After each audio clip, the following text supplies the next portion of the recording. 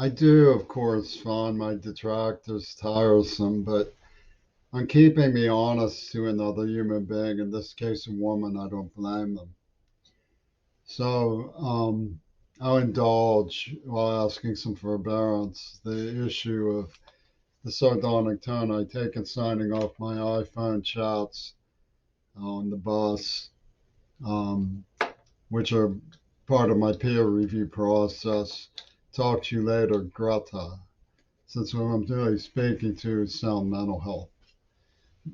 It has nothing to do with my love for Greta Thunberg.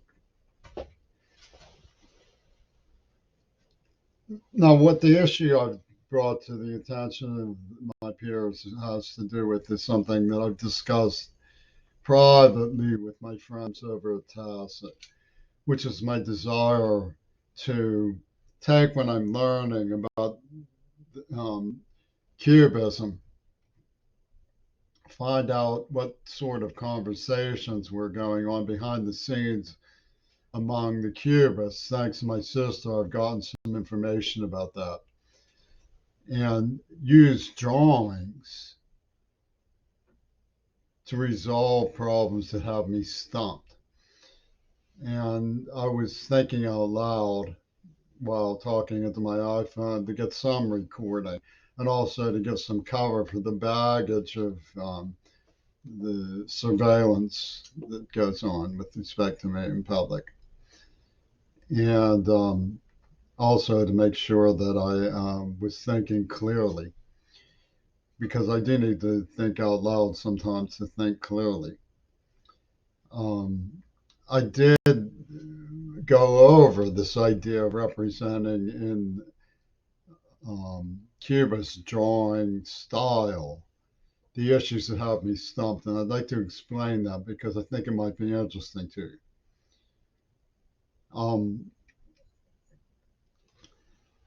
if you think about it, without going into everything that I've discovered about Cubism, it is easier to represent four dimensions, the fourth dimensions in two than it would be in three in a lot of ways, using Cubist theory. So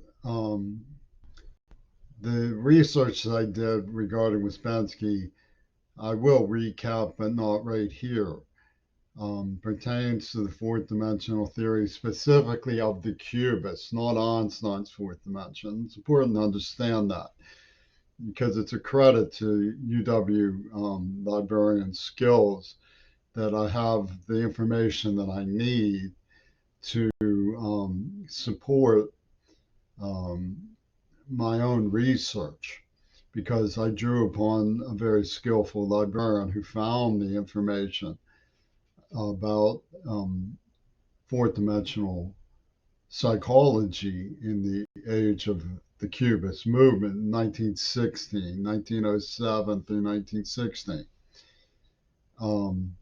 That helped me establish certain um, chronologies that were necessary to disentangle the truth from my Hollywood research studies. So let's cut to the chase here. What am I on about? Well, what I'm on about is if you look carefully, uh, the constructs that are parallel to each other. It's like an etch a sketch, sort of, but there's three of them rather than just two. Okay, you have the research that I did that shows that the defeated reasserted their power both after the Civil War and after World War II through the instrument of Axis big at Hollywood, through the studio system of D.W. Griffith, Errol Flynn, Ronald Reagan. D.W. Griffith was um, found out to have been working behind the scenes with Mussolini. So you have this issue of research, special research that my sister, in fact, helped me with. And I have talked about it on other tapes, but I will recap that also, but not right at this moment. I want to establish the Etch a Sketch that has created a problem for me that I needed to solve. A second chronology has to do with the research groove, not of Hollywood and Axis Hollywood from the Civil War to World War II, and the way the defeated reasserted their power. And what Camellia Valieva helped me identify as tracing to Ouspensky. I turned up with the help of 4 librarians and a huge workload. Blas Sanders in the Index of a Cubist book, who's just name of a person who isn't a cubist. He was a literary theorist of Hollywood who had lost an arm. And I said, oh, so an invisible arm. I get it. Okay, fine. She fell for 4th place in the Beijing Olympics, and it made me understand that we're looking for the fourth way psychologists who are at work. So there's a parallax where the cubist fourth dimensional psychologies overlap with the Axis Confederacy in Hollywood. Okay, so you have this. Now, what's the third chronology in this 2-dimensional, 4th dimensional, 3-plane axis system? It's what we've learned by reviewing the circumstances whereby Yanukovych hesitated to join the European Union, and the British pulled out of the European Union in Brexit, while these pompous nation state chauvinists defending the leapfrog oligarchy, the money bags behind the scenes of the nation state, the big wheels, have justified the invasion of Iraq and the invasion of Donbass and the various things. So we know that NATO used the European Union sort of like a worm on a fishing hook. International law, come bite. And Yanukovych said, they're baiting us. We want to be careful because they're already pulling out of the European Union. What does that mean?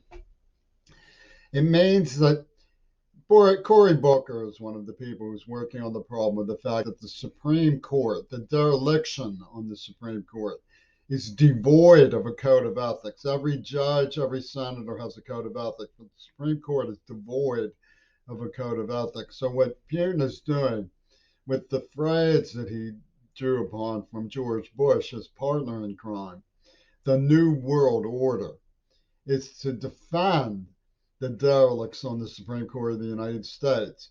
They had hoped that Trump would succeed in overthrowing the United States with his misled grassroots insurrection model. Why do they want to pull out of the EU? Britain, pull out of the EU.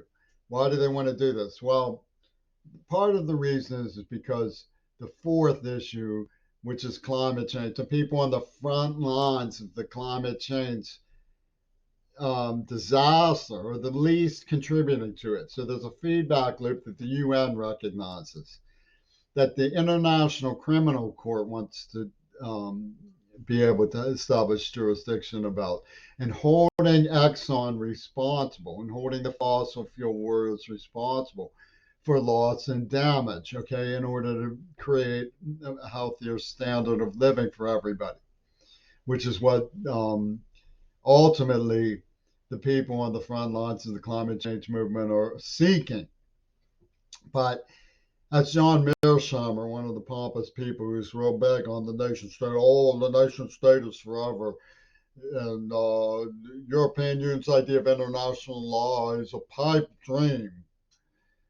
These kinds of people, the United Nations will never establish any kind of rank and file enthusiasm in the United States of America, and so on. What they don't want is for there to be a code of ethics on the Supreme Court. So in a very backhanded way, Vladimir Putin's action is defending the derelicts on the Supreme Court, defending the bigots in Britain who pulled out of the EU, because these people want to erase the potential power of international law. That's the subtext of all of this stuff about um, neoliberalism being this, liberalism being so bad, and all of this stuff. You can argue that Reagan was a neoliberal because he hated the idea of international law. But Kennedy was more inclined towards international law. So you shouldn't confuse neoliberalism and liberalism. Now, Kennedy wasn't perfect. He was from the oligarchy. But he was tending in the directions of admitting that there should be codes of ethics established. He would probably, if he had identified the problem, the way Cory Booker has identified the problem, worked very hard to establish a Supreme Court that wasn't derelict in that way, that had a code of ethics. So there are your three lines, right? You have the Access Hollywood chronology. You have the international law being subverted by the arbitrary nation state, the wrecking ball that fell on Iraq, for example, the so called New World Order, Access Hollywood and the New World Order. And then you have the fourth dimensional hidden hand stuff. And then you have the problem of ecological despair. So what I arrived at was the Black James Bond, which is probably just a convenience to advance the celebrity superstate. It's a gamble by the monopolizers of the money bag system that they can use and convince people to go along with the destruction of the International Criminal Court by following a new Superman, right, who's color coded for some degree of progress. Now, this is why issues need to be established for peer review, because I don't believe that the answer is to abandon international law.